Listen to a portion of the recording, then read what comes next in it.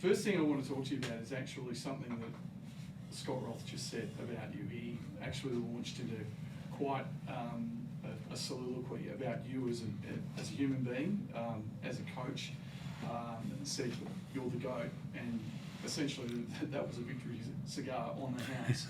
But he mentioned the previous game we played against the Jackies, when obviously Nick Marshall hits that shot, Xavier throws the ball away, etc.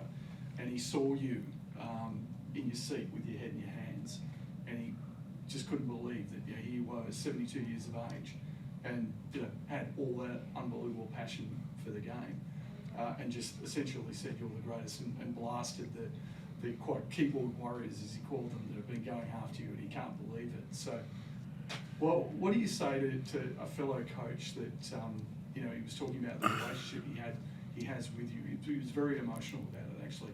Well, what feelings come from hearing that? I feel the same way. Yeah. And I think when we got pantsed, which we have 3 times by him, just the respect of what he's done down there. And we go back a long way. We've kind of interchanged with each other through China. Shanghai with Yao Ming, he was in, I came in. Yeah. He was at the national team, I came in, I left, he came back in.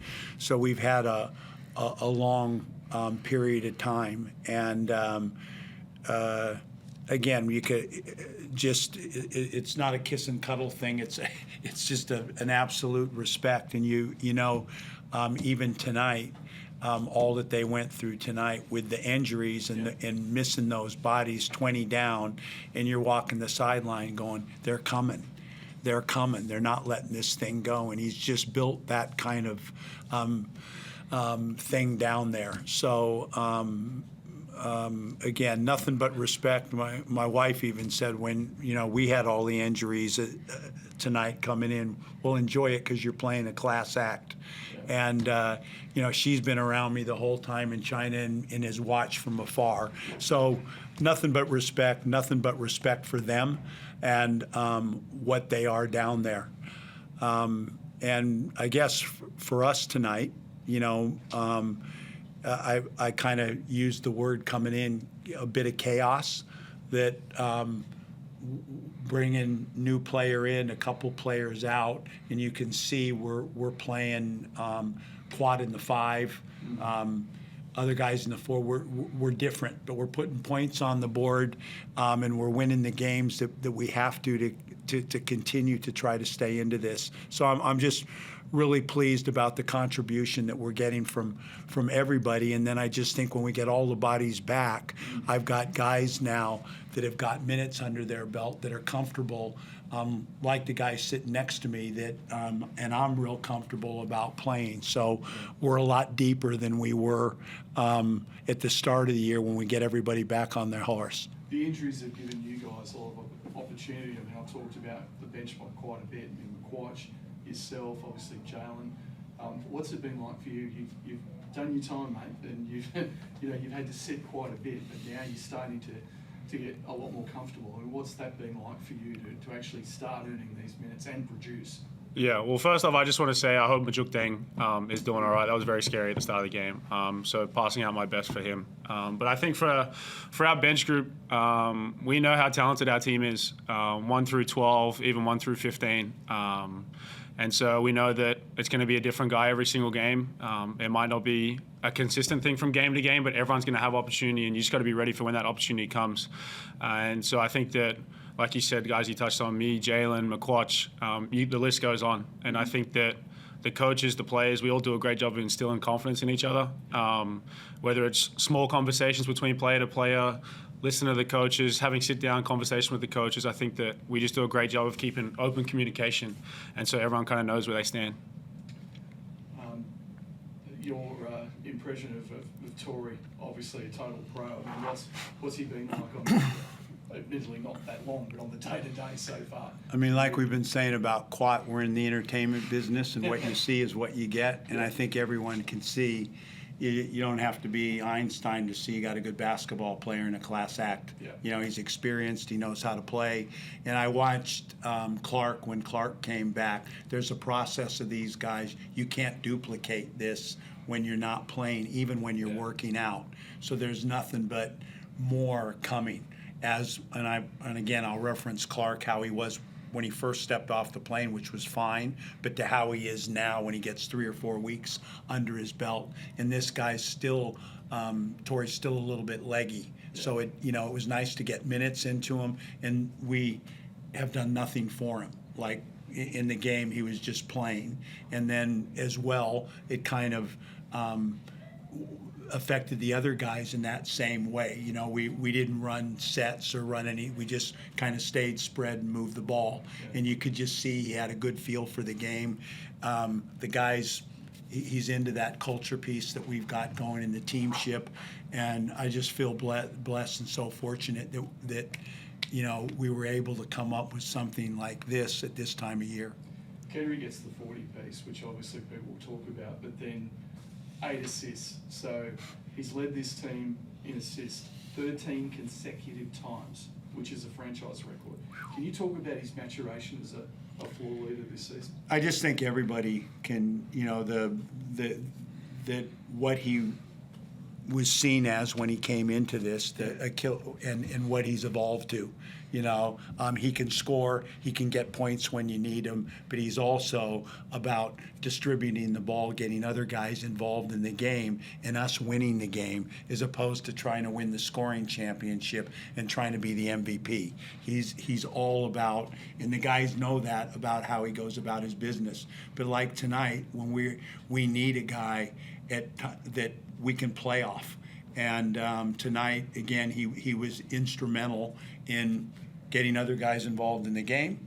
And then when we needed a bucket, he can go get one. So that leadership piece is he's getting the locker room, he's getting the guys with him, and that's something that we talked about in coming here. That's the thing, and maybe there's been more opportunity in that form with Delhi being gone. Yeah. So it's not a shared thing, and also Xavier. So our captains and Brucey, those two that are in the game a lot more have been out. So who does it fall on? And even when I'm putting the captain on the score sheet, I'm looking and I'm going, the captain and the co-captain aren't there. So, it falls on him. And, since those guys have been out, we've won a ton of games. And so you'd have to point to him. What's it been like playing with Kendrick and seeing his development from what he was last year to what he is now? Yeah, I think Gorge touched on it perfectly. Like, you see, as a player, you naturally see the stuff that goes on social media, him coming in, and he's been completely different to what you've heard of everything that happened in Adelaide. He's a guy that after every game he texts me what I can do better, what I've done great, and that sort of stuff is like stuff that doesn't really go noticed, and people don't know about it, and people don't need to know about it, but it's stuff like that that really shows his true character and true leadership. And I think that, like Gord said, he's got the whole locker room, everyone's got his back 100% of the time, and I think that he's a hell of a player, a very special player, and I can't wait to see what he does in the future. Talked about the injuries, where are we at with X and with Hunter? Obviously, Matt with his concussion notice, he wasn't out there tonight, so assuming he's out for Sunday? I was just having a meeting with them before I came in here, but I mean, we're at the point where they're being discussed week to week, so it's close. I don't know about Sunday, but they're both getting closer, as is Goody. So we've got 3 guys that very shortly. I don't know if it's Sunday yet, but shortly. Speaking of Sunday, Adelaide, again, it's a blockbuster. I mean, what are your thoughts on that? I mean, I know you've had some unbelievable games this year, obviously, but in your career that we've seen multiple times against the 36ers. But for right now, top of the table, coming in, pink hoops round, it's going to be a hell of an event. It sure is, and it now it's in our where we finish in this. We're in control of our destiny, and if we want to finish in that top, we're at home. We got to win these games. And last year, I think we got to second, and we had about 5 games at home, and we didn't win one. And when in this team, we're in a position where we've set ourselves up nicely. Now the ball's in our court. It's getting close to the end of the year, and we're right there. So games like this, if you want to finish top 2, if you want to win a championship, we need to perform in these games. Brian, on KD, I think I can't remember, it was late third, early fourth. He convinced you, you subbed him out, he convinced you to come back out there. What did he have to say to change Well, his mind? I mean, one of the thing is I just feel like in the fourth quarter, and I was worried about them coming back on us. And last time they did, he was kind of dead leg because we didn't give him a rest in the third, and we were trying to move away from him. So you get to that 2-minute mark at the end of the third quarter, and I've been reluctant. You know, you're at 15, you want to take it to 25. And it's like, no, I'm not going to do that again. I'm going to get him off the floor. And as I took him off, and he goes, I'm rolling, you know, bad move. And as he went to the side, I thought, you know what, you're right, that is a bad move. And so I got him back in the game. But I do think that there was a stoppage in play, and I don't know if somebody fouled out or somebody got a foul, and somebody was coming out, or there was a blood thing or something. So it gave me the opportunity to put him back in. But it is when you're rolling, he just knocked 2 threes down. We went up. And I thought, and I'd been thinking it in my mind, the last 2 minutes, I'm going to rest him. I'm not going to do what I did. And then you come down, and I'm looking up there. They've got the ball, and they've cut that thing to 10. You know, and I go, God, I'm glad I gave him at least 30 seconds. Team really efficient inside tonight. Was that a focus with no Will out there for Tassie? Definitely. Running the floor and rolling out of those on balls, going out. And again, they're going after Kendrick. And we talked a lot about he's done a great job the last 6 weeks moving forward at running the floor and making a post target down there in transition. And then he's been scoring out of on balls because they've been going after Kendrick, and he's been very efficient at that. And we knew they would go after him on the on balls today. So really important for us. And again, we don't have a backup 5 right now. So it's small ball, and it's really important he plays the defense without fouling. And he did a pretty good job through most of the game tonight. Tyler, you mentioned Jook in that sort of scary moment early on. It felt like it sort of sucked the life out of the crowd a little bit, and the whole stadium just fell flat. How do you as a player navigate those kind of moments? Yeah, I think obviously your first thing goes to his health and safety and hoping that he's all right. And I think that as a group, we kind of just got together, kind of tried to stay away from talking about him and focusing on what we really need to focus on in the game. And that's all you really can do in a situation like that. Obviously, hoping he's all right, nothing too bad's going on, but then kind of bringing our mind back to focusing on the game and what's going to take place moving forward. You had a little bit to focus on tonight. The shoes, the gender reveal, did it go as planned? Yeah, no, it was good. It was something, a bit of fun. My brother and his partner, they moved to Queensland, so like they're one of the only people from our family not in Victoria.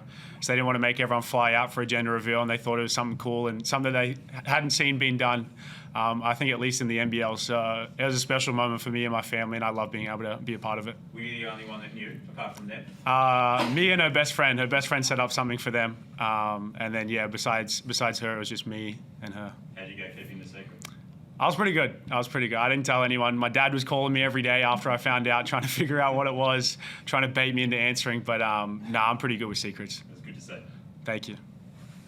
Mikey? No, I'm a good guy. It's been there long enough. But Tyler, we might have to lock you in for all of these. I think We'll see what happens. We'll see what happens. Thanks, guys. Thank you. Thank you.